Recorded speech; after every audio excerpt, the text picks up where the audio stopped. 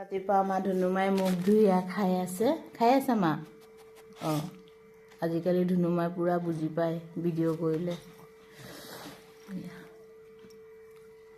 কেলেণ্ডাৰখন ইমান ধুনীয়া লাগিছে, ৰাধা কৃষ্ণ। আৰু এইফালে মই বনাই আছোঁ চাহ।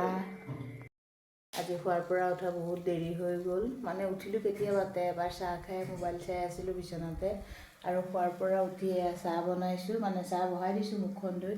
সকলোকে জনাইছোঁ গুড মৰ্ণিং। চাহপানী খালেনে? এতিয়া ঠাণ্ডা কমিছে আৰু পূৰা, ঠাণ্ডা লগাই নাই আজি মই।